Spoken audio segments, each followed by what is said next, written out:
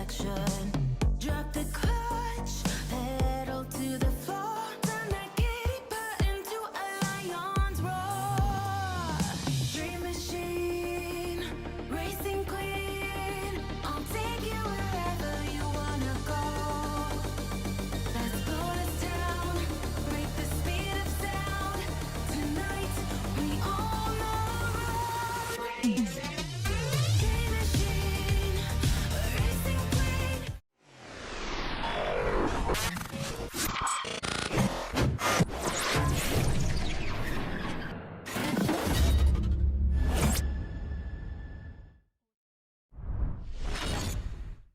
What's going on, guys? It is the post All Out AEW Dynamite review for Wednesday, September 6, 2023. I am the Solomonster.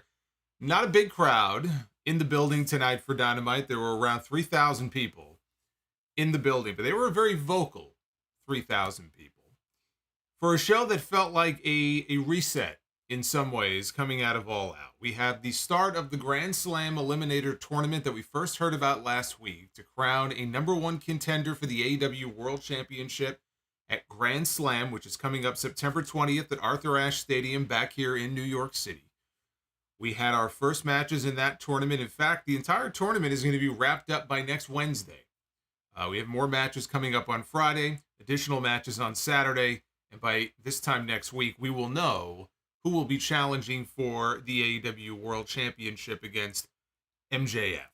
And MJF was on the show tonight for a promo battle face-to-face with one Samoa Joe, which is what I was excited to see on this show when they said that MJF would be addressing Samoa Joe. We got a little tease of that at All Out when we had their little encounter when Joe blew right by him and gave him a little shove on his way down to the ring, and then we ended up with a pull-apart brawl between the two. That's what I was really looking forward to seeing tonight. They did not disappoint, and we are clearly going to be getting that match very soon. Maybe not at Grand Slam. Not a Grand Slam slam dunk that we are getting that match, although we probably should, if we're being honest here. That is the match that we should get at Arthur Ashe. Tickets are not selling very well at all compared to how they've sold before. They need some kind of attraction to move tickets on that show. I think Joe and MJF would be a hell of a lot stronger than any other possible match that they could be doing with MJF on that show. Darby Allin, Nick Wayne, we're in the main event tonight in the tournament. Christian Cage and Luchasaurus watching on. And so that issue is continuing between Christian and Darby, and where Nick Wayne falls into that, we'll see. Obviously, he's part of the whole thing as well. I really can't complain about the fact that we got Samoa Joe and Christian Cage on this show, because Samoa Joe is someone that I have said repeatedly I would like to see more of on AEW television. I understand that he's being used in Ring of Honor. He's the television champion right now. I get that, but he is someone that we need to be seeing more of on AEW TV. He's more valuable on AEW than he is in Ring of Honor. Christian Cage is doing some of the best work of his career right now. I am enjoying the hell out of this run as the faux TNT champion that he is on right now. I would even argue that Christian, honestly, this is my second favorite run of his ever in his career. Second only to the run that he had when he worked with Randy Orton in 2011. I am very much enjoying the Christian Cage run that he is on. And so we're getting more of them on this show. We had them both on the show tonight. And so I can't complain about that. Those are two things I'd like to see more of on television. But we also have the start of a new program involving Swerve Strickland and Hangman Page, which is something new. And there were a lot of names that were held off the show tonight for Collision on Saturday. So Ricky Starks and Bryan Danielson, FTR, who has, for the most part been, I don't want to say exclusive to Collision, but they've been Collision guys. We didn't see any of them on the show tonight. I don't know how many people may have missed the show because today was Bray Wyatt's funeral. I did see something that Amanda Huber posted earlier today, so it's possible there were some people missing because of that. I think originally the funeral was going to be last week.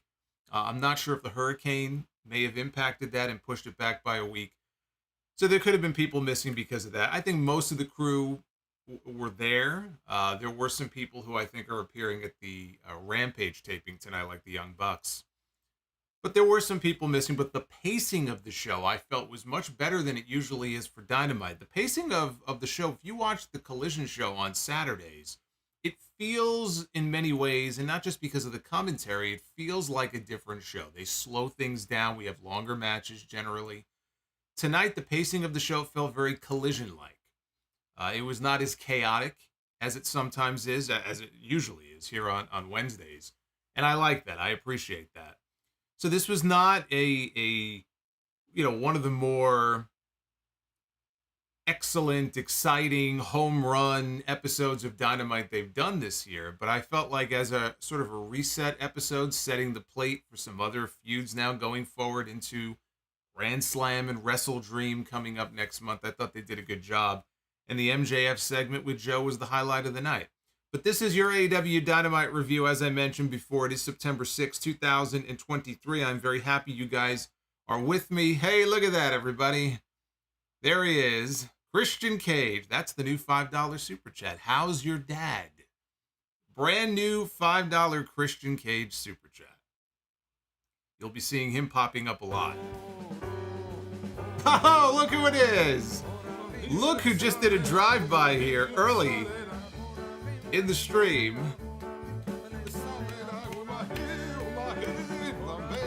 Boy, he's not wasting any time tonight. We're having a party here on the stream. We're Barry Horowitz at. We're not wasting any time. ABK, always be killing it. ABK with a $205 super chat. ABK says, sorry, don't drop for the Raw show. Yeah, ABK was missing on Monday night.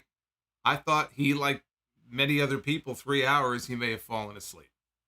ABK, you were missed, but it's good to see you back with us here tonight. How about that? Getting us started with a 200 bomb. Hey, like and subscribe. We're getting very close to 75,000 subscribers. You can help get me there. 401 likes, not 400. 401 likes is the goal tonight for Be the Booker. Why? Why not? And I'll be reading your super chats a little bit later on, including ABK. I'll read that one again too. So thank you, brother. Appreciate that. Orange Cassidy, no longer the AEW International Champion after his loss to Jon Moxley at All Out, but he is still opening the show. He was still the first face that we saw coming to the ring tonight. Some things never change. The fans chanted orange. He said, hey. They told him to, well, he says AEW management told him to stay home. But he said, nah, I'm not going to do that. He says, I'm going to be here every week because I am freshly squeezed Orange Cassidy and I have no catchphrase. With that, he rolled out of the race. He's short and to the point. Didn't overstay his welcome. He came in to say what he needed to say and he got out of there. He rolled out of the ring. We hear Jon Moxley's music. And the new international champion comes out through the crowd and to the ring for the opening match. Cassidy turned around. He kind of looked back at Moxley in the ring and hung his head in sadness. Poor guy. AR Fox was out for the open challenge, and Darby Allin was with him because the two of them were once again friends. Since AR Fox got booted out of the Mogul Embassy, he is now a babyface again. He got booted. He could not fly to London. He was supposed to be in the coffin match, at Wembley Stadium with Swerve against Sting and Darby. And he couldn't fly overseas. And evidently, AEW did not find out about this until very late. There was said to be heat on him for it. Christian took his spot instead. Whatever heat he had, it couldn't have been too bad. Because not only did he wrestle here on this show against Jon Moxley, he didn't get totally squashed either. He got more offense in than I expected. Fox hit an early dive out over the top rope onto Moxley at ringside. Moxley came back and tossed Fox over the barricade, heading into a picture-in-picture. Fox came back. He hit a top rope 450 splash for a near fall. Moxley came right back. He threw elbows to the side of the head. Fox ran the ropes. He ate a lariat. Moxley put him down with a Death Rider and scored the pin to retain the international title in his very first title defense. After the match, Moxley bumped fists with Claudio, and they exited back through the crowd from whence they came. Darby Allin got back into the ring. to check on AR Fox, helped him to his feet. So much, by the way, for my theory on Sunday about the injury angle they shot at the end of the TNT title match being a way for them to write Darby off TV because maybe he was, legitimately beat up. I don't doubt that he's beat up. He's beat up all the time. But he wasn't even gone one show. They did that whole angle with him where he was basically dead. The doctors and the trainers got into the ring to check on him. The announcers, they were low talking like it's a serious angle. Didn't even miss one show. He was back. Didn't look any worse for wear. So he's in the ring helping AR Fox. Suddenly, Nick Wayne was shown on the big screen. He would be facing Nick Wayne in the main event.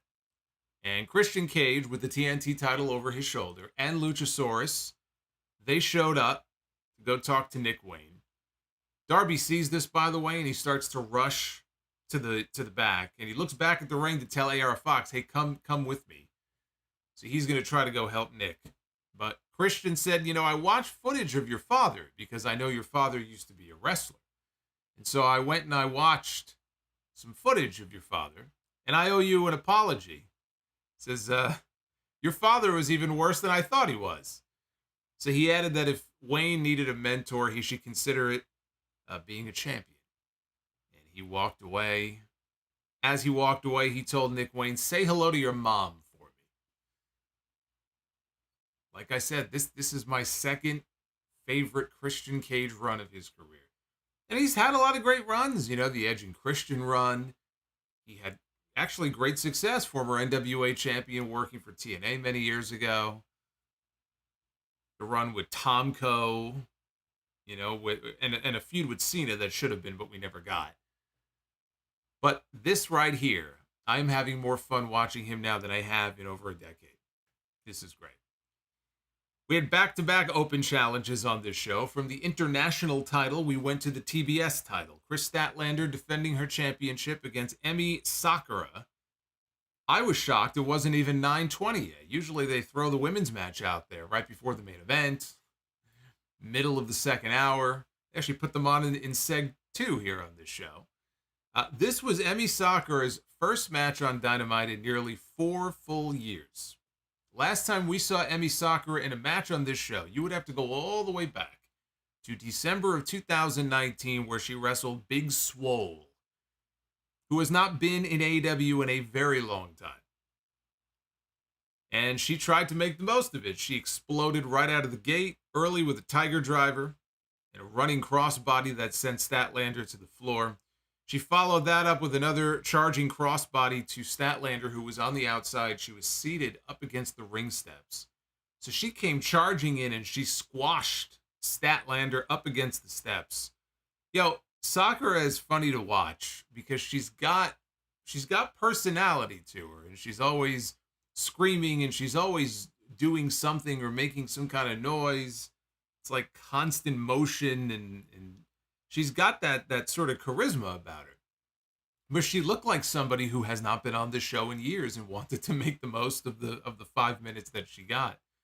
So back inside, Statlander lured her to the apron. She connected with a slingshot elbow. Both women traded counters. Sakura hit a reverse spinning neck breaker and a double underhook backbreaker across the knee. She tried to go to the corner, but Statlander slammed her down on her face, hit a discus lariat, and then finished her off with her Wednesday Night Fever for the win. This is very similar to the opener, even though they got half the time that Moxley and AR Fox did. But here's the challenger, gets some offense, but in the end, the showcase win for the champion.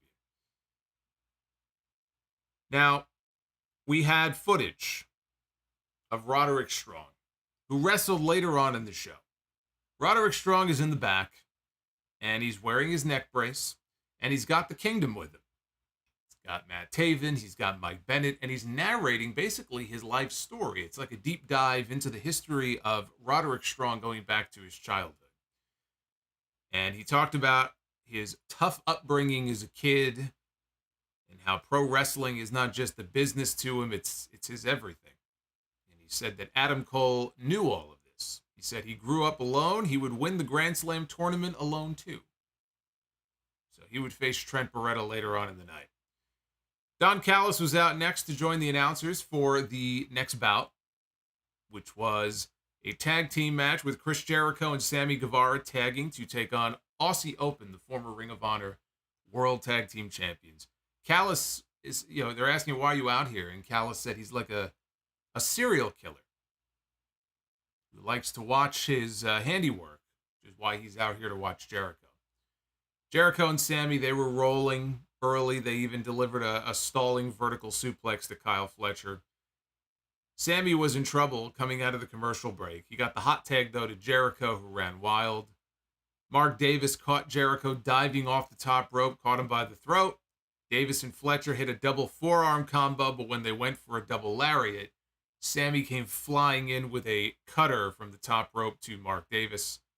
Jericho laid out Fletcher with a code breaker for 2. Well, you're going to wear out that new Christian one, huh? I'm going to be seeing Christian Cage on my screen all night, aren't I? Asking me, how's your dad? He's asking everybody in the chat, how's your dad? That's what he wants to know. So Jericho laid out Fletcher with a code breaker for 2, but a springboard drop kick on the apron sent Fletcher to the floor. Sammy hit a twisting tornado to wipe out both members of Aussie Open. Jericho wanted a slingshot of his own, and he went for a dive, but Guevara got pulled into the line of fire. Back inside, Jericho was dropped with the Aussie Arrow, but he managed to kick out. Sammy appeared out of nowhere, and he dropped Mark Davis with a Spanish Fly. Jericho swept the legs of Kyle Fletcher. Could not get the walls of Jericho, though.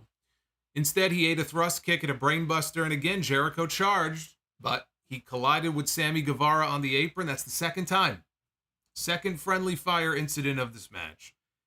Jericho, though, still managed to hit Fletcher with the Judas effect, and he picked up the win for his team. So Jericho was all smiles, and he went to go raise Sammy's hand after the match, and Sammy was very upset. And so they got into a shoving match. Jericho shoved him, Sammy would shove him. Within seconds, we had security officials hitting the ring to break things up. We've seen people on this show in post-match angles or interview segments who end up going toe-to-toe, and some people come within an inch of getting the fucking life beaten out of them, and nobody comes out. These guys started shoving a little bit. They sent an army to the ring. So they immediately broke them up.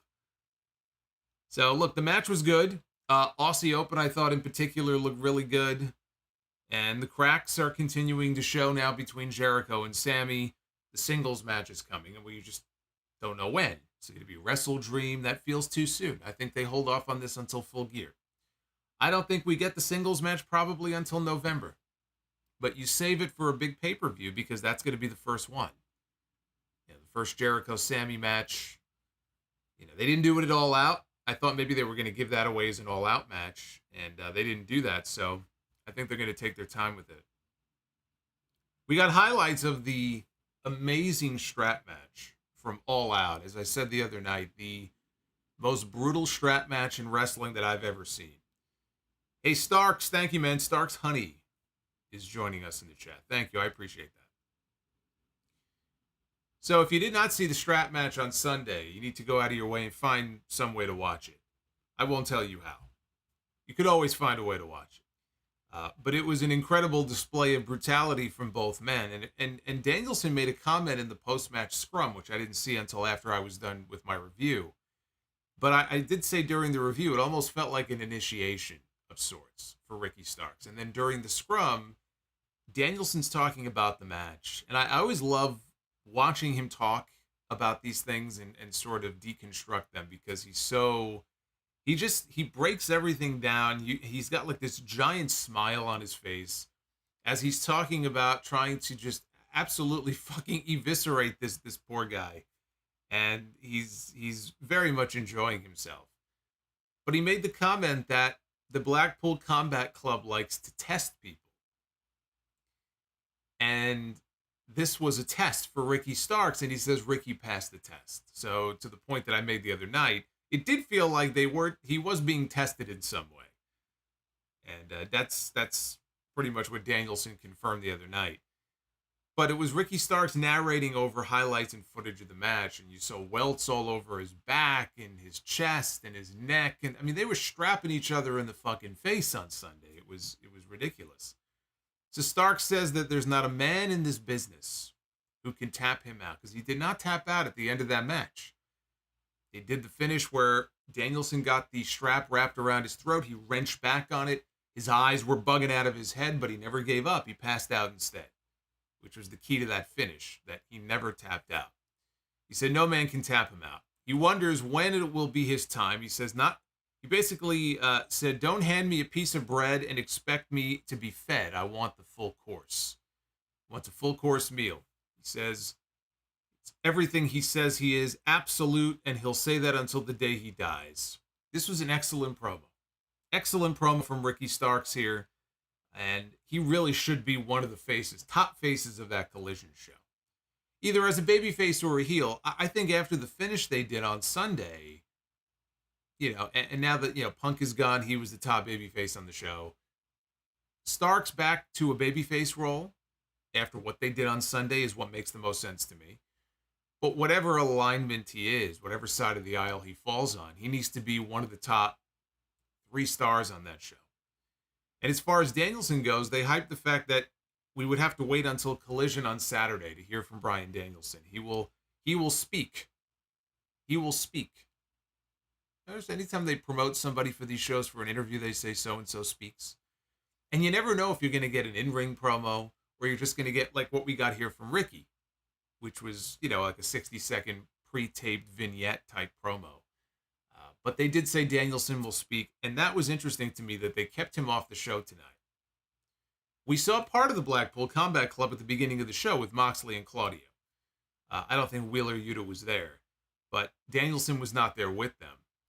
And I wondered a few days ago if they would do this, because it's something that I would do. They have a void now to fill on Saturday, no pun intended. Phil is gone. They have a void to fill on Saturdays with Collision because there's no more CM Punk. And that was the CM Punk show. Even though the last few weeks, it almost felt like he was sort of phased down a little bit. Who can fill that void? Bryan Danielson would be a great choice as somebody to fill that void. Not only is a top name on the show, a top babyface on the show. I know he's part of the Blackpool Combat Club, but people still cheer for him. So he can be a top star on the show, the top star, but also a great influence on that roster. I mean, you can't tell me that he isn't someone that would be perfect in a leadership role in that locker room, working with all of this talent, a lot of younger talent, and being somebody people look to. And he can be like, I want to work with this guy and I want to work with that guy. He would be the perfect person for that part. And if Tony Khan wants him in that role, he's been very open about the fact, whatever Tony needs, I'm here for it. They were even talking about the schedule. As far as, I guess, when he's home and on the road and with his family, Saturday might be the better day for him. So I'm looking at this and I'm thinking that, what used to be the CM Punk show going forward will now be the Bryan Danielson show. And the one thing that sucks about that, if they make it the Bryan Danielson show, is that the show will not do well in the ratings. And he'll get the blame for it.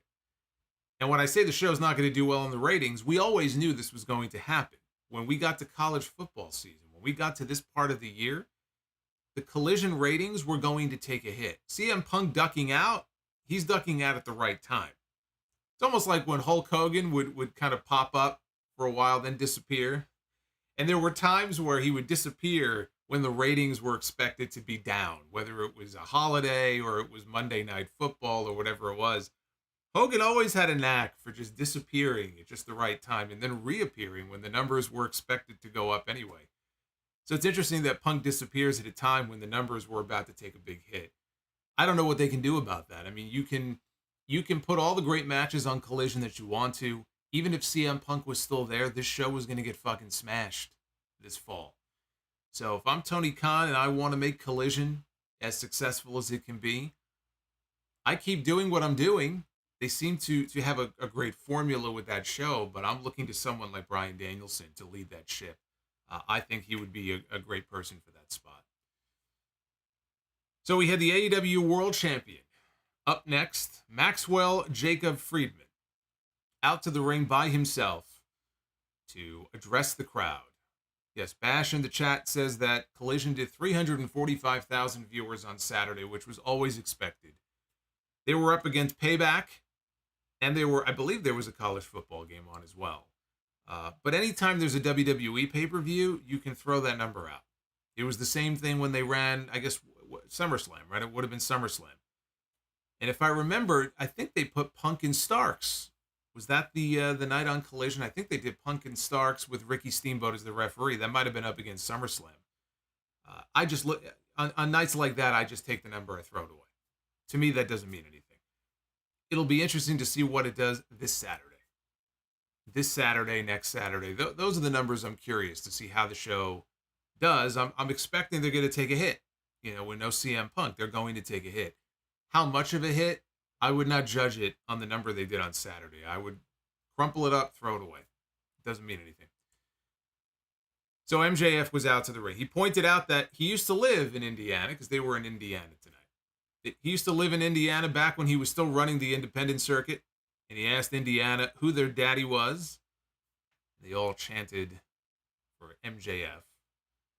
He said that he and his brochacho, Adam Cole, successfully retained their Ring of Honor World Tag Team Championships at All Out. And then he got to the back, and that Mark, Tony Khan, told him that he has to defend his title on September 20th. But then he realized that September 20th was Grand Slam. And Grand Slam, of course, is in New York, his backyard. And he said whoever wins that Grand Slam Eliminator tournament is going to find out that they are not on the level of the devil. So he was about to address someone else, who he said had to be taught a lesson when he was interrupted by Samoa Joe. So before he could even utter the name Samoa Joe makes his way down to the ring. And he said that he was in the back and he heard a little piss and vinegar in MJF's voice. So he wanted to make his way out to see what he was about to say. And he said, "What seems to be the problem, kid?" And MJF said that the only reason he can imagine Joe came out here so fast is that he confused his entrance music for an ice cream truck. And Joe said, "Oh, that's good. That's good. But to be honest, the only time he ever had anything to do with an ice cream truck, he was busy being a star on the other company's network." So he posed the question to him one more time. "What's the problem, kid?" MJF was upset that Joe now for the second time called him kid. He said, "You know what's really funny about him? He happens to be a pretty creative guy himself." And MJF asked the crowd if they wanted to hear him get a little creative, and they all cheered. So he looked at Joe, he said, "Hey, everybody look, it's the Pillsbury Joe boy." And he said, no, wait. It's Samoa Doe. It's not Samoa Doe. I mean, everybody in this chat right now, you know, it ain't no Samoa Doe. It's Samoa Bro. That's all I could think of. As soon as he said Samoa Doe, I immediately thought of Samoa Bro. That's all you guys have me thinking now on the brain. I can't get it out of my head. That's all I think about now. So then Joe said, now I thought, at this point, MJF, his attack on Joe, kind of weak. Joe says that that's an interesting observation, especially coming from a guy whose bris is still postponed because the rabbi had a lack of stuff to work with. See, now that was good. That was good. See, the MJF stuff, that's low-hanging fruit. Anybody can make a fat joke. The bris joke I liked. See, playing off the bar mitzvah segment that MJF did. He said all the time he spent with these Midwest mouth breathers probably made him stupid. So one more time, and for the last time, he's going to ask him, "Max, what's your problem, kid?" So now MJF snaps, the third time now that he said the word kid. He snapped. He said if Joe called him kid one more time, he would knock his teeth down his throat. Then he calmed himself down when he realized that Joe was trying to get a rise out of him. And he said that's how Joe wants him to react. But he's not going to do that. He wants him to react that way because Joe wants to skip the line. Wants to go to the front of the line to compete for the AEW World title. But he said, you're going to have to win that tournament if you want a shot at my championship. So the crowd broke into a chant of, "Fuck you, Joe," which they did not bleep. After watching NXT the other night and watching Von Wagner get murdered at the end of the show, and I think it was during the Von Wagner segment, people started chanting, "Holy shit." They did the whole muting thing. Every time they say shit, they hit the mute button. So it's audio on, audio off. I know it's a network thing. That's just what USA does, but it's fucking annoying. Here, they don't give a shit, apparently. Just let the F chants fly. So they're chanting, "Fuck you, Joe." Joe told them, "A lot of you were sounding like your mothers right now, so relax." MJF said if anybody knows how he would have reacted as a kid, it's Samoa Joe. So this was the part that I was waiting for, the reference to their run-in many years ago in Brooklyn. He said it was story time with MJF. Back when he was 19 years old, he had a tryout in Brooklyn for the WWE. And as soon as he said WWE, everybody started to boo. Of course, right, the evil empire. And he said he knocked it out of the park because he's that damn good. Then he got pulled aside from a man that we all know called William Regal. And he said that he would have signed him, but he was too young. And after months of emails, Regal ended up blowing him off. We already know this part. Fans started a "he fucked up" chant about Regal blowing off MJF. MJF said that we all know how that story ended. He knocked him out, and he sent him back to NXT, where he belongs. And he told Joe, you know, if you play your cards right, you're next. Now think about this, because I had forgotten about this. I was thinking, I don't even know what made me think about it, but I know Joe got cut by WWE. It was shortly after WrestleMania 37. And he did commentary for WrestleMania. That was the first WrestleMania back in front of some fans after COVID started. And I remember it rained and Joe was wearing the poncho. He looked like he was dressed in a fucking giant condom. And not long after that, he got fired. He got released, which just was absolutely mind-boggling to me. But I couldn't remember what were like the circumstances behind his second release. Because I know Triple H was the one who went and he realized, boy, we fucked up. And he brought Joe back to the company. He brought Joe back, I believe, to NXT. But I had forgotten like the circumstances around his leaving the second time. And it was just a case where they just got rid of him a second time. So think about this. WWE did not only release Samoa Joe and cut him once, they cut him twice in less than a year. They let go of Samoa Joe. If ever there was an appropriate time for a "you fucked up" chant, it's for that. How do you release Samoa Joe twice in less than a year? And I understand he's older and he's had some injuries. You know, when he was in WWE, there were a number of injuries that he got sidelined with. One of them happened to come at a commercial shoot. That's where he got that concussion. I mean, he was gone for a long time after that. That's why he started doing commentary. So that was an injury that didn't even happen in the ring. But imagine, you know, we see the run that he's on in AEW right now, where he's been able to stay healthy. He's going in there. He's putting in the work. He's working with all these different people. It's great to see. And this fucking company cut this guy twice in less than a year. Like, imagine having Samoa Joe, even if he couldn't wrestle anymore, and saying, "Oh, we don't really have any value in this guy. Yeah, he's too expensive. We're going to let him go. He has nothing to contribute." WWE's loss is AEW's gain. So MJF said later on that evening, he was told that he would get to be a security guard, and he would have the chance to walk a wrestling legend down to the ring, someone that he studied, someone he said that he looked up to, the great Samoa Joe. But what did Joe do? He decided to take a 19-year-old who was just doing his job, and he shoved him into a brick wall, and he left. He knows why Joe did that, because he knows how scumbags think. He knows that because he's our scumbag. Joe did it because he was a kid, and he knew that he could get away with it, but guess what? He's not a kid anymore. He said he's a full-grown man. He's the AEW World Champion. He's the best wrestler on God's green earth and the man who headlined the biggest pay-per-view of all time. And he told Joe to stay out of his way or else he was going to kill Joe. And do you want to know why? He said, because his name is Maxwell Jacob Friedman, and he is better than him, and Joe knows it. So Joe said, that's a nice speech, but there's one problem with the point that you just made. Says, I didn't think of you as just a kid. Said, I thought of you as a little bitch. So we got some fighting words there. MJF gave him a slap. It was kind of a soft slap across the face, and Joe smirked. And Joe said, I know what you're trying to do. I'm not going to take the bait. He says, I'm going to go through that tournament, and then I'm coming for you. And until then, champ, have a nice day. So MJF went to go leave. He was halfway through the ropes out of the ring. Joe walked over and he kicked the middle rope. Kicked it right up into MJF's balls. He fell back into the ring. Joe's beating him up. He grabbed the big Burberry belt and held it up high. MJF crawled behind him, gave him a low blow. He got Joe in the corner. He threw some shots at him. Then he charged into the corner towards Joe. Joe caught him and set him down nicely with the ST Joe.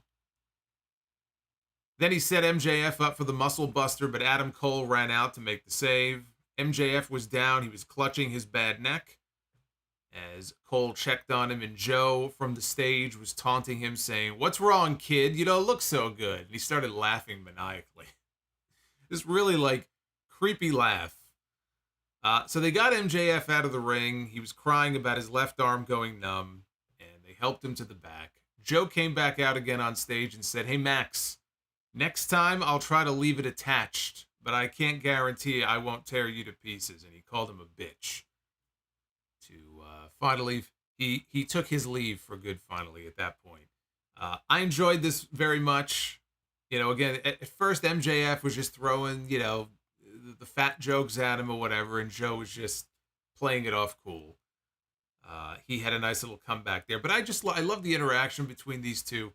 Anytime you put a microphone in Joe's hand, you have my attention. Because even to this day, he is still one of the best promo guys in the entire business. And MJF is one of the best promo guys in the business, in this or any company. So you knew this was going to be really good at a minimum and great, if nothing else, because you put these two in the ring together and you get gold, and that's what they gave us here on this show. And I hope it's not the only one. I hope we get more from these two. But this was great. I enjoyed this very much. You know what else I enjoy very much? I enjoy that very much. ABK. We're having a party here on the street. Strikes again. Where is it? It's ABK. Strikes again. Always be killing it. Man, this guy, you never know where he's going to come from, man. He's like a sniper. He's got you in your crosshairs. You never know when he's going to take the shot. ABK with another $205 super chat. I think the show is 3 of 5, but Joe and MJF is the best segment of the show. You are correct. It was the best segment of the show. And I'd like to see more. I'm ready for more from these two. Man, that's twice in one stream. Amazing. You're making everybody else look bad. That's what Master Splinter said. Master Splinter is quite wise. So now that Joe left, we hear Adam being repeated over and over again. Adam, right? We know it's Roderick Strong. We just don't see him. So out comes Roderick Strong with Matt Taven and Mike Benn. Of course, he's got the neck brace on. As Cole is helping MJF to the back. And Cole is telling him, what are you doing out here? Like, what's wrong with you? What are you coming out here for? And he says, look, MJF is not okay. I gotta go. I gotta go help him. And he rushes with MJF to the back to check on him. So poor Roddy. I'm watching this and I'm thinking, this poor fucker. Roderick Strong gets his neck broken by Samoa Joe. If you're wondering, why is this guy wearing a neck brace? Because I think it happened on Collision.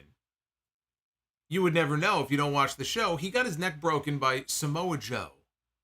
And there was no Adam Cole to save him. Adam Cole came out after the fact. He was late.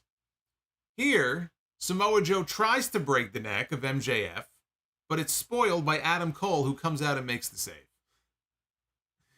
So what a terrible friend. You know, Roddy's not wrong. He has every right to be upset. Where was he when Samoa Joe broke his neck?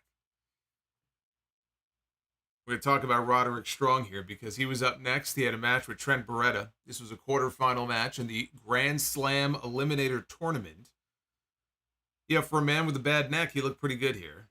Beretta wanted a pile driver. Strong countered out of it, hit a sick kick. Beretta fought back with a Frankensteiner, which Roddy rolled through, and he nearly got the stronghold, only for Trent to escape. Beretta finally hit the pile driver, but Roddy got a foot on the bottom rope. Strong was able to hit his jumping knee and the end of heartache backbreaker for the win. Matt Taven immediately, when the match is over, he runs into the ring and he puts the neck brace back on Roddy as the Kingdom raise him up on their shoulder. That was funny. Him immediately putting the neck brace back on Roddy, that amused me. Look, Roddy and Joe, and I'm going to show you the brackets in a little bit, and we'll go through what the brackets look like for this tournament. But Roddy and Joe are the only two choices that make sense in this Eliminator tournament. It's either one or the other. I mean, there's nobody else in this tournament that even remotely makes sense or fits as far as, you know, who should be challenging MJF in New York. So it's a no-brainer. It's just a matter of which one it's going to be. Well, we'll talk about the brackets here again in a little bit. Renee was backstage with Tony Storm. Yeah, I give a lot of praise to Christian Cage, and I enjoy this character work that he's doing right now.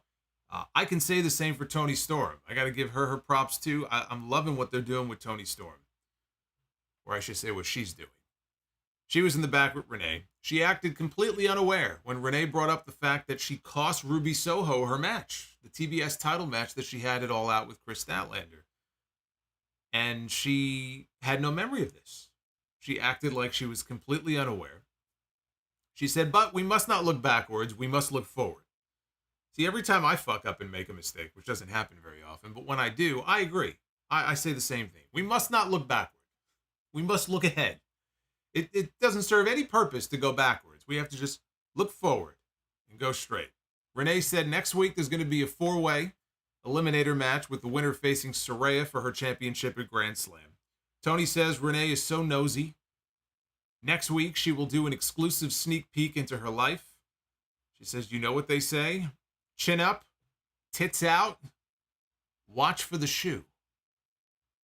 She walked out of camera frame, waited a couple of seconds, and then Renee had to duck the incoming shoe from Tony Storm. Fantastic. Love Tony Storm. Tony Monroe. That's right. Nick Rosso says Tony Monroe. I think she's doing great work right now. So we had Hangman Adam Page coming to the ring for a promo with Tony Schiavone. Yeah, the thing, to go back to Tony for a second, the thing I also like about it, Tony Storm is no longer the AEW Women's Champion. She has not been the champion now for over a month, or about a month. And so it's nice to have someone on the show in the women's division who is not a champion, not the world champion or the TBS champion.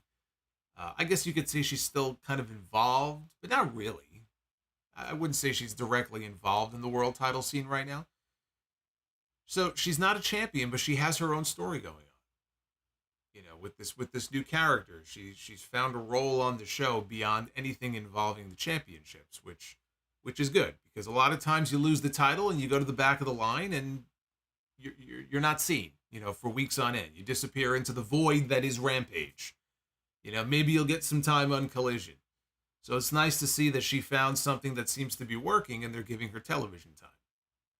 So Hangman Page was out next to the ring for a promo or an interview or whatever word you want to use for it with Tony Schiavone. He was going to talk. Tony talked about Hangman winning the over-budget charity battle royal on the pre-show at All Out. And Page talked about the Chicago Public Education Fund, which was the charity of his choice that he selected. The winner of the battle royal, legit, supposedly got $50,000, which I'm sure, you know, for Tony Khan is nothing. I mean, that's please, probably spends that on meals in a month. So they donated that to the Chicago Public Education Fund. And Page mentioned how he used to be a high school teacher, which I'd forgotten about. That is true. He used to be a high school teacher many years ago. So he said he knows that teachers are underpaid and underfunded, so he's glad he could help out. And before he could say anything else, Swerve Strickland walked out with Prince Nana. They made their way down to the ring. Swerve asked if Hangman was AEW's mascot now that he is giving money to charity. Swerve said that he was giving money to Chicago kids who would end up flunking out of school anyway. He talked about Hangman's early success in AEW. Hangman, of course, is a former AEW World Champion. And now he's working pre-shows. Strickland questioned if Page even wants this anymore. With the lack of new gear, he says, you haven't even had new gear in over a year. And he mentioned the lack of merchandise on shopaew.com. You might call him a peg warmer. I don't know. Somebody mentioned that once. But he said with the new contract that Hangman signed, obviously he's eating good and it shows. And he looked at his midsection. He says Page has gotten comfortable riding in the back seat with the elite in the front. He said that he would be the first black AEW World Champion if he had been given all the opportunities that Hangman has had. He told Hangman to move out of the way or man up and find the fire to show him and the people what cowboy shit really is all about. Swerve said that Page could fight him for a spot. He said that he has no regard for human life. He has zero empathy. He said he would walk Page like a dog. He said, either way, I'm coming for that spot that you act like you don't even want. So finally, Hangman spoke up. He told Swerve, you know what? Go to the back. You want the match? Go to the back. Talk to Tony Khan. Get the match that you want. But he was done. And with that, he stormed out of the ring. Swerve said that it was a shame that Page's wife and child had to watch Daddy run away from more responsibilities. And that brought Hangman back into the ring. He got up in Swerve's face. Brian Cage attacked him from behind, and he put him down with the drill claw. So I like this. I like the fact that we're getting a Hangman Swerve feud. I can't not laugh as we see Swerve bounce from feud to feud. He just feuded with Darby and Sting, and he lost. So now he's moving on to a feud with Hangman. He's feuding with all these people, and still we never got the match with Swerve and Keith Lee. For all the time they teased it and they hyped it up. They were a tag team, and then they weren't a tag team. We never got the match. We never got the big blow-off, the big payoff between Keith Lee and Swerve Strickland. And all I heard from some people was, be patient, give it time, it'll come, or Keith Lee maybe is hurt. They would say this, and then I would see Keith Lee tagging with Dustin Rhodes on Rampage and say, no, he's not fucking hurt. So now he's moved on to the next feud, and I guess if you're one of the very few, probably still out there, waiting and wondering, is there ever going to be a match here with Swerve and Keith Lee? My advice to you is to not bother waiting anymore. Certainly don't hold your breath, because you do that, you're going to pass out. That's right, let it play out. Let it play out. One of these days we'll get the answer to why. There must be some reason, there must be some explanation for why. They never at least just threw it out there on TV. Just for the sake of doing it. But Brian Cage is going to be the setup guy to the eventual match with Hangman and Swerve. And they have history together. Page and Cage. They had 2 matches back in 2021. There was a match on Dynamite. That one I don't really remember. But I do remember the Double or Nothing match, because I think they opened that show. And I remember that being an excellent match. And that was over 2 years ago. So now we get part 3 between Page and Cage on Dynamite next week. The main event of the show was Darby Allin against his boy, Nick Wayne, in a quarterfinal match in the Grand Slam Eliminator Tournament. Darby tried his low dive outside the ring, where he launches himself, he vaults himself through the ropes to the floor. He tried it with Nick Wayne. Nick Wayne moved out of the way, and Darby crashed and burned in the worst possible way.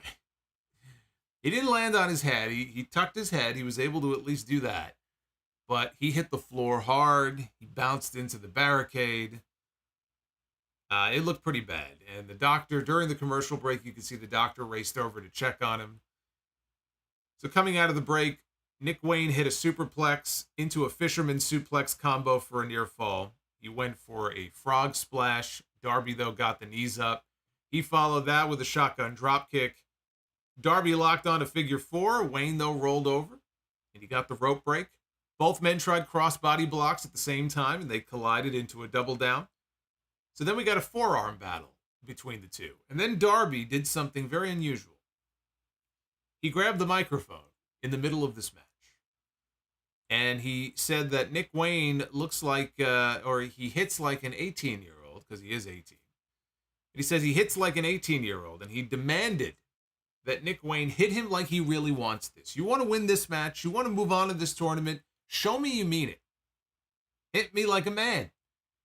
And Darby put his hands behind his back. He was going to give him a free shot. Nick Wayne, at first he's kind of like, I don't know. And then instead of punching Darby in the mouth, he gave him a stiff thrust kick to the jaw. And he went for the pin. Darby kicked out. Then we heard Christian Cage's music. And out walked the TNT champion, the real TNT champion with the dinosaur. And they went over to the announce desk so Christian could take a seat with the announcers. As Wayne hit a somersault dive to the outside onto Darby. And so during the final commercial break, he controlled, Nick Wayne did. He controlled the action. Wayne hit a Hurricane Rana from the apron to the floor. They showed Roderick Strong and the Kingdom in the back watching this match. He's, obviously he's already moved on in the Eliminator tournament. Nick Wayne went up to the top rope with Darby on the floor outside. He went up to the top rope, hit a gigantic frog splash to the floor, and followed that with Wayne's World inside for a close two. He wanted an avalanche neck breaker. Darby held onto the top rope. Wayne went down. And so Darby was in the position for the coffin drop, but he couldn't bring himself to do it. He kept looking back and couldn't do it. So he climbed down. Wayne, though, nearly got a flash pin off of Darby's own Last Supper move. Almost beat him with his own move.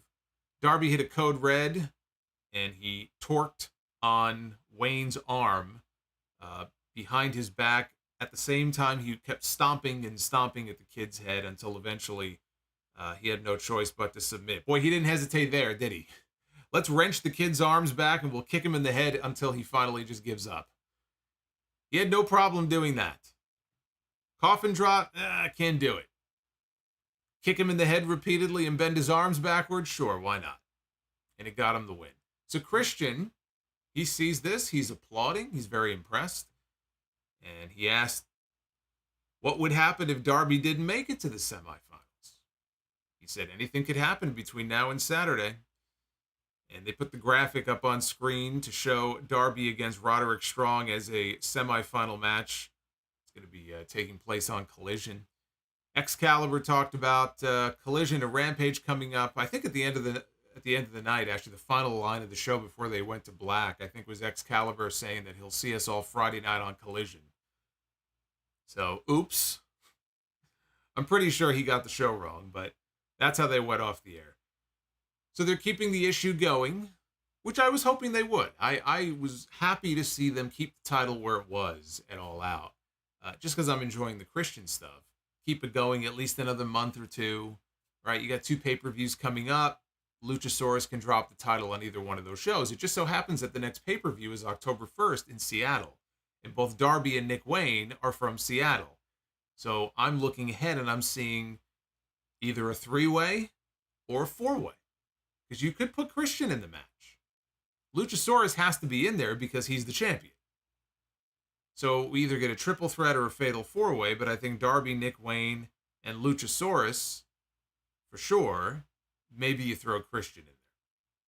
That's probably the match. Because I'm sure they're going to want to get Darby and Nick Wayne involved in this championship match in some way in Seattle. At least one of them, if not both of them. Because I really did think they were writing Darby off for a few weeks and that Nick Wayne might get the match at Wrestle Dream. But now that Darby's just, I can't even say he's back. He never left. Darby obviously is going to be there too. He's also a Seattle boy, so that's why I think Triple Threat or Fatal 4-Way is the likely end to this, and that probably is where the title changes hands. But I mentioned that I would show you guys the brackets. These are the brackets. We finally got them tonight for the Grand Slam World Title Eliminator Tournament that kicked off tonight. So as you can see, Darby Allin beat Nick Wayne, so he is in the semifinals. He will wrestle Roderick Strong on Collision this Saturday. On the other side of the bracket, Penta wrestles Jay Lethal on Rampage Friday night. Samoa Joe will wrestle Jeff Hardy on Rampage Friday night as well. The winners of those two matches will then meet on Collision the next night.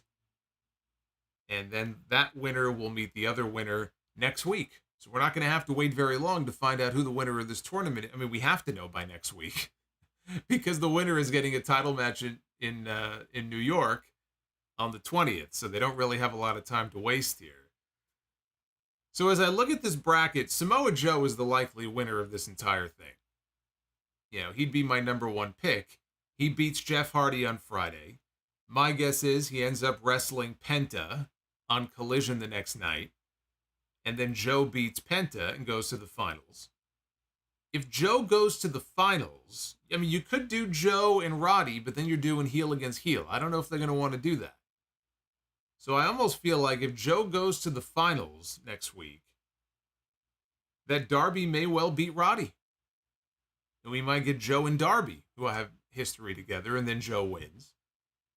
But if Roddy was going to win, I just don't see Roddy beating Joe in the finals. So I would say Roddy would likely end up wrestling. Well, you know what, though? I was going to say Penta, but now I'm wondering this. If they wanted to... Now, here's the thing. Joe, I think, is going to win the whole thing. If Joe does not win, then it's because they want him to challenge at Wrestle Dream.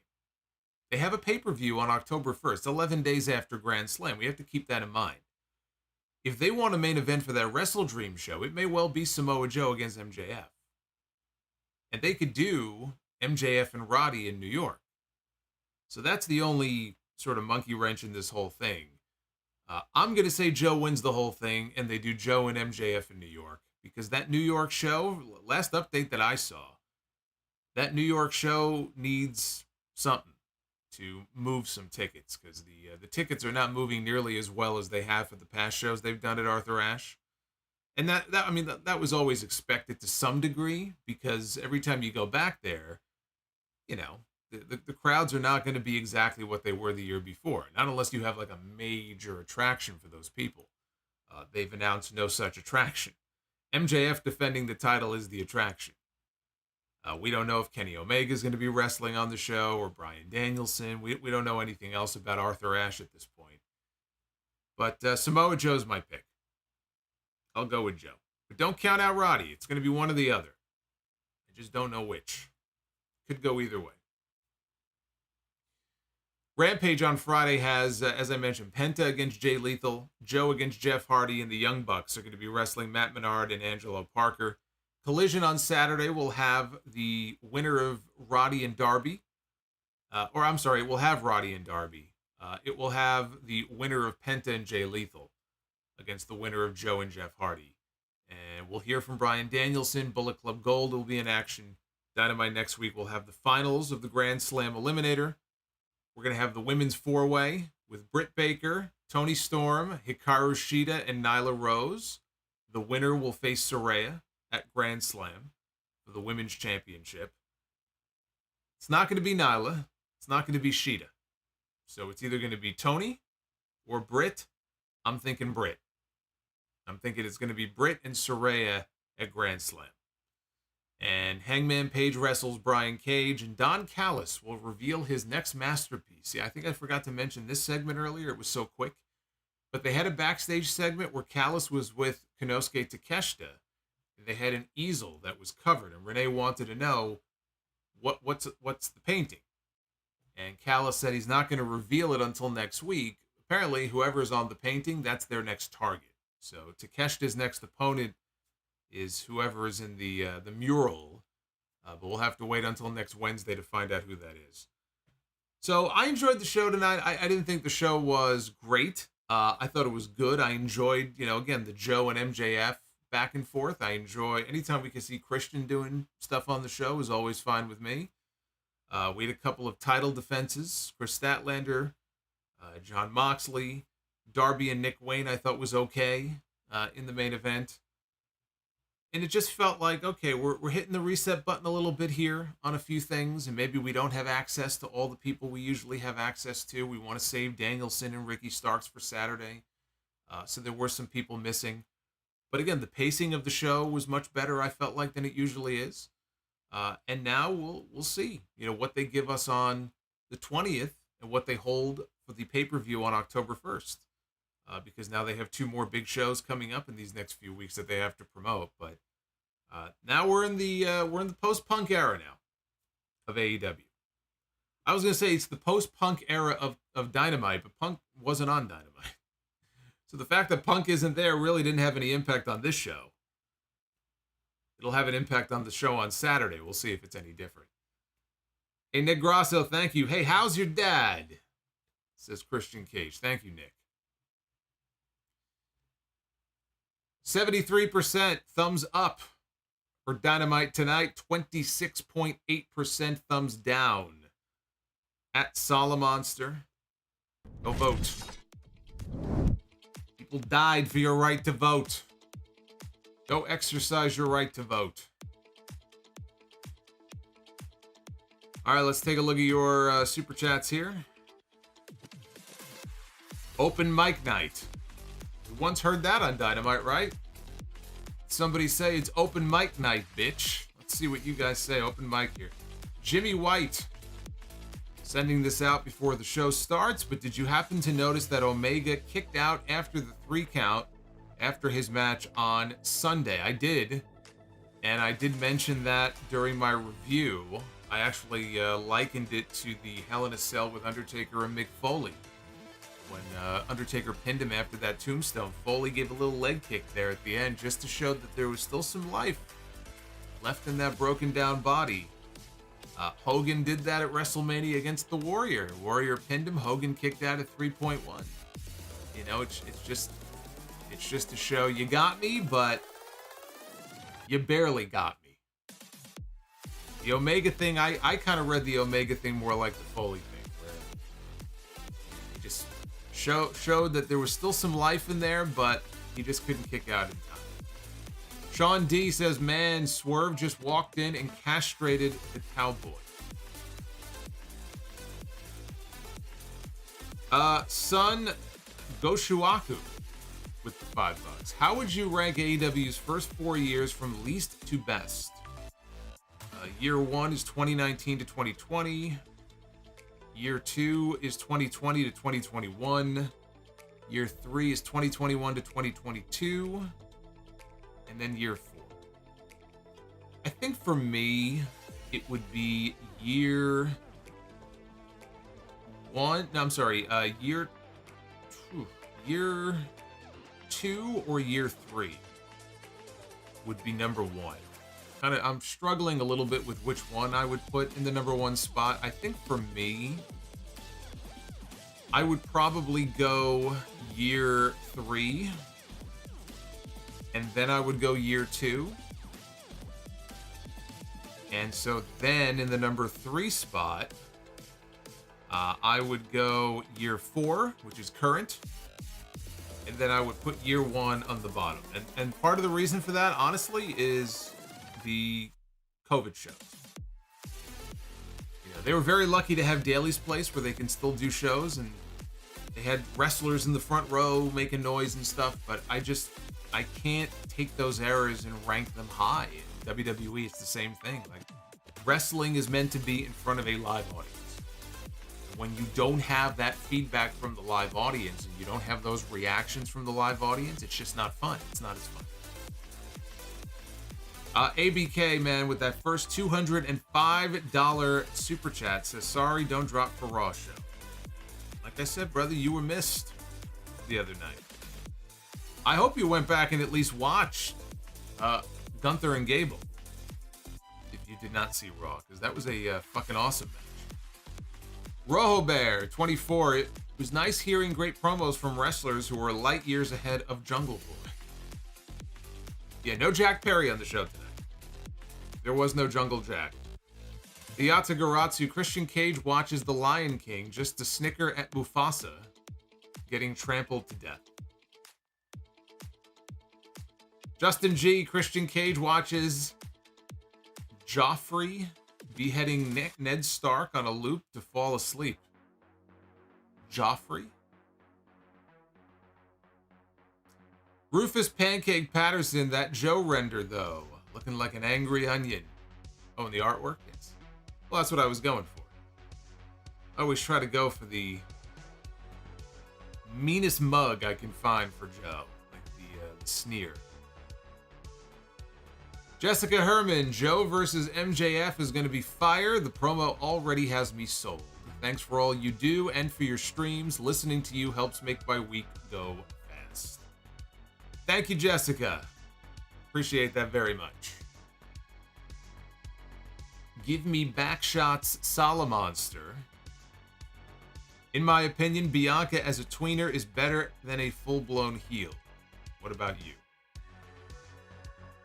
It's been a while since I've seen Bianca Belair as a full-blown heel, so I'd still like to see her get a proper heel run. Now that she's had, the babyface run, proper heel run, again, I guess. But no, I mean, as a tweener, I think a tweener is good too. Get a little bit of attitude in there, not taking shit from anyone. But I still think she would make a hell of a heel. ABK with another 205. I think show is 3 of 5, but Joe and MJF is the best segment of the show. You and I agree. Dylan Hensley, we practiced character and promo work today. Not to brag, but I thought I killed it. If my in-ring work is nothing spectacular, at least I have charisma. Well, hey, Elite, look. You're not going to be a workhorse on day one. This stuff takes time. You can't teach charisma. You really can't. You either have it or you don't. Some people know how to bring it out of you, but if you don't have it, then you don't have it. So if you have charisma, that's half the battle right there. You need to be charismatic if you're going to get over. The Winston Slip, unused gimmick matches that you would like to see in AEW. Unused gimmick matches? I feel like we have every kind of gimmick match as it is. What would be an unused gimmick match? I don't want to see the Kennel from Hell. I think we can leave that alone. I didn't like the scramble matches that WWE used to do. People seem to like the scramble. I never liked the scramble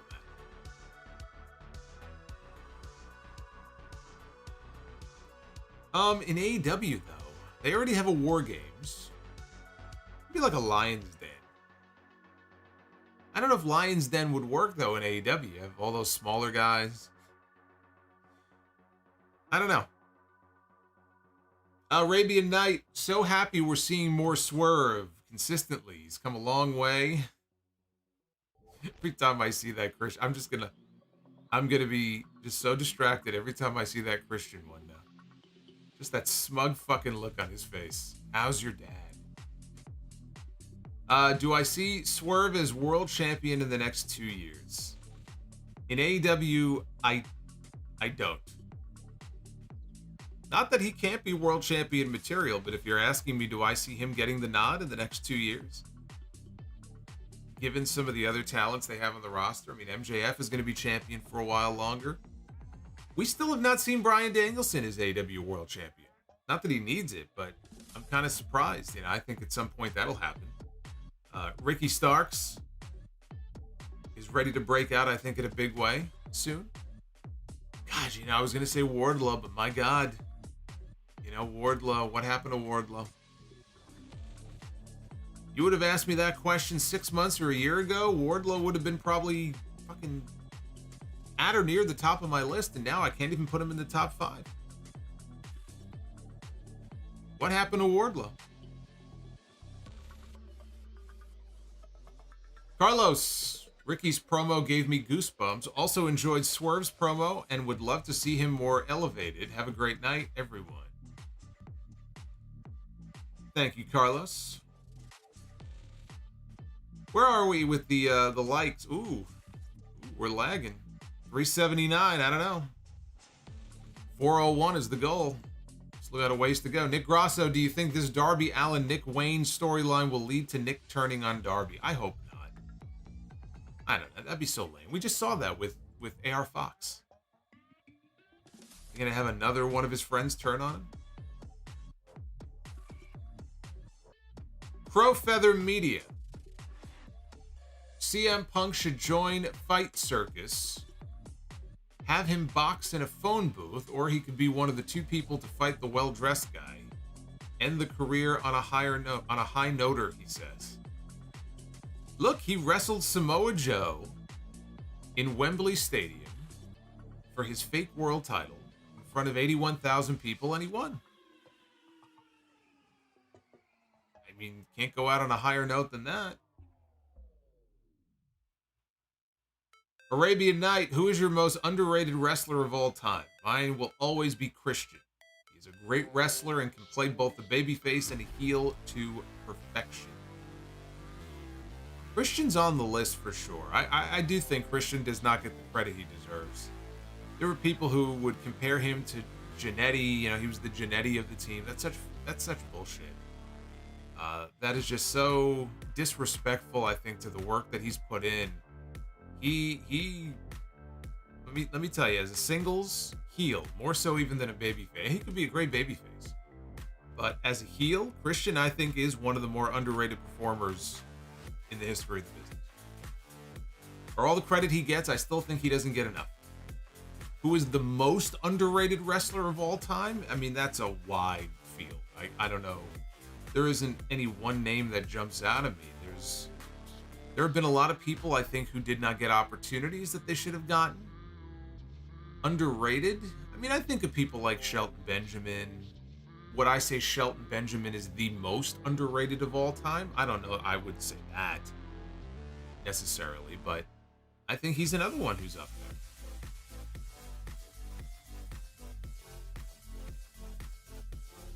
there. Amir, Double J, King of the Mountain, reverse ladder in AEW. Like those reverse Royal Rumbles that Russo used to book in TNA. God of Seduction says, buy or sell Boys to Men or Fill to Void. Boys to Men. Every time I used to go to one of those, they have like these dances when I was in middle school. And during that period, Boys to Men was huge. And they would always play, was it End of the Road? I think it was End of the Road. And I'd be slow dancing with, with this girl. And I will always associate Boys to Men with those dances from like middle school. That's how I know when the song came out, because it was all the time on the radio and everybody was playing it. Motown Philly. The Winston Slip, your favorite match for Mankind, and for Dude Love, and for Cactus Jack. My favorite Mankind match would be Mind Games with Shawn Michaels at In Your House in '96. My favorite Dude Love match would be Over the Edge in May of '98 against Steve Austin, with Vince as the referee. And Cactus Jack would be the street fight with Triple H at the Royal Rumble in 2000. There you go. That was easy. God of Seduction, too early to say this is Christian's best run. I would say second best. That's what I said earlier. It could end up being his best run by the time he's done. But I really enjoyed that run of matches he had with Randy Orton in 2011. So it's hard for me to put this above that. He's active now, but not as active as he was back then. And the character work and the matches, that whole spring and summer period, were fantastic. And Amiibo Juice says Christian has a great future as a manager. Absolutely. When Christian hangs it up and he's done in the ring, I mean, maybe even as a commentator. I mean, I haven't heard him do commentary that many times, but hopefully Christian sticks around. I think he's got a lot to contribute. All right, so the goal for Be the Booker tonight was a smooth 401, and we are currently at 399.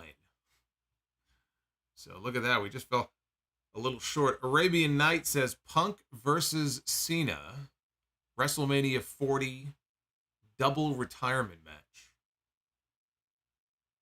No. No. Not really interested in that.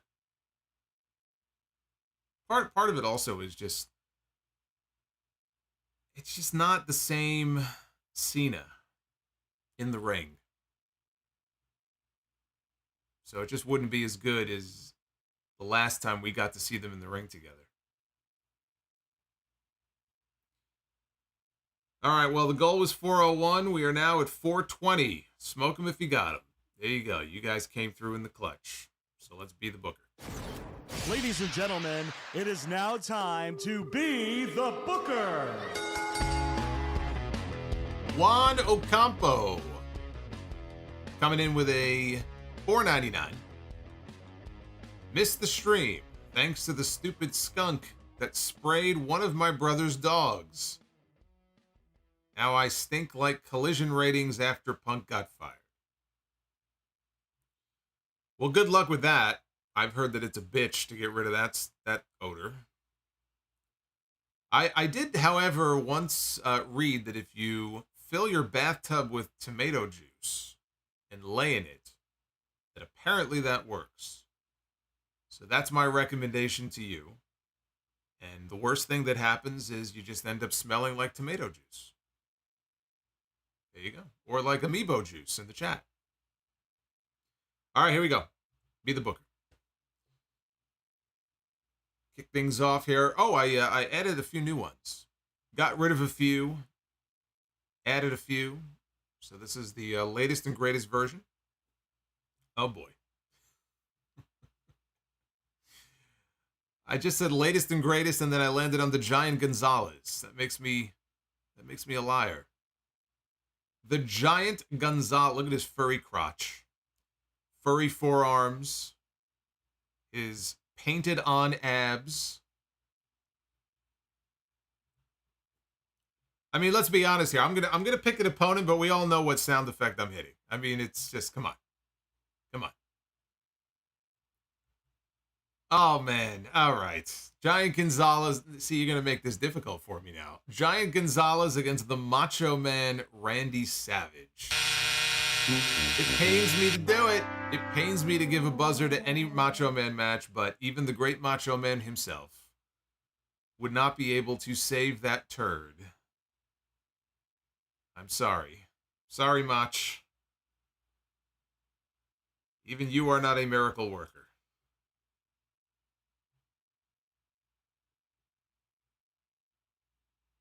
Ladies be the Booker. We land on Willow Nightingale. All right. There we go. Former New Japan Strong Women's Champion, Willow Nightingale, even if it was just an accident. She will go down as the first ever Strong Women's Champion. That's all that matters. Willow and Bayley. The former SmackDown Women's Champion. Bayley and Willow. I like that. I think Bayley was actually in the building that night when Willow won the championship. She was there to root on her friend Mercedes when she broke her ankle. Tag team, so many classic, talented tag teams. Look at all these teams. Can you see? Can you see all the teams in here? We begin of all the teams in there. We land on the fucking Bushwhackers. Luke and Butch, the Bushwhackers. Everybody. Not the sheep herders, the Bushwhackers.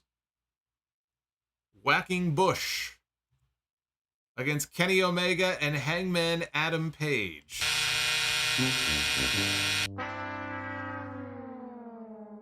Omega and Hangman are fantastic. The Bushwhackers, not exactly known for their great mat. Now, if it was the Sheep Herders going in there and making them bleed and maiming them and torturing these men, see, that would be fun. The Bushwhackers, though, I can't say the same. Go around whacking bush all day long. That could be fun, I guess. I suppose it could be fun. Used to go around licking people. Perhaps they would lick bush. All right, enough. All right, calm down. Thank you for hanging out with me here on a Wednesday. You never know what you're going to get here on this stream. I never know what's going to come out of my mouth when I say it. And sometimes, like, I'm about to say it, and I know it's wrong, and I'm like, in my brain, I'm like, don't do it. Like, I'm telling myself, don't say it, don't, but then it just comes out anyway. I can't help it. But we'll try again on Friday night. That's when I'm going to be live with you again. We get to do the SmackDown stream. I think we're doing AJ Styles and Jimmy Uso in the main event, I believe, on SmackDown Friday night. And who knows what else. LA Knight probably will be there. I'll be here. I hope you are too. And then, of course, episode 825 coming up this Sunday of the Solomonster Sounds Off. Thank you, by the way, for all the positive feedback for 824. The entire segment that I did on Punk, which hopefully is the end of that until we get more news, and I'm sure there'll be more news. We haven't heard from his side yet, but I condensed all of that into one 40-minute segment that has 40,000 views here on this channel, plus whatever the podcast did. 40,000 views, over 1,200 comments. If you want to talk about how divisive and how polarizing a character he is and a discussion that was, 1,200 comments and still going. So you can add one yourself if you want to add to the discourse. It's the feature video, the trailer here on the channel. The sad end of CM Punk and AEW. But thank you again for all the love, and I will see you guys back here for SmackDown. We'll do it all over again on Friday night. So until then, take care, guys.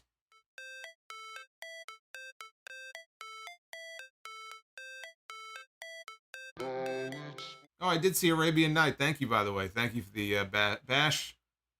Bash mentioned there were a couple that I missed. So I want to make sure I get these in here. Trill Mexican says that tag match could have gotten the bell, but it didn't.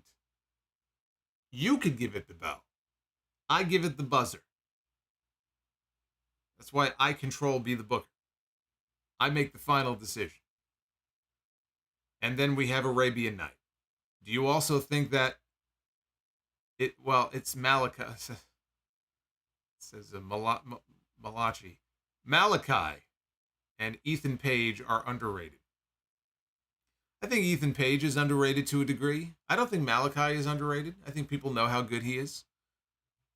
I would like to know why Malachi hasn't had a singles match in... How long has it been? I read some stat where Malachi Black has not had a singles match, I think, in over a year. It's got to be some kind of injury issue. Has to be. It's got to be some kind of... I know he had back problems at one point. So I'm wondering if there's some kind of injury issue with him, because he just doesn't wrestle singles matches anymore. So we need to get him back in singles matches, unless he just physically can't do them anymore. But anyway, yeah, Trill Mexican, thank you. Arabian Night, thank you. And now we can go watch the Bushwhackers lick some bush. I'll see you guys Friday night.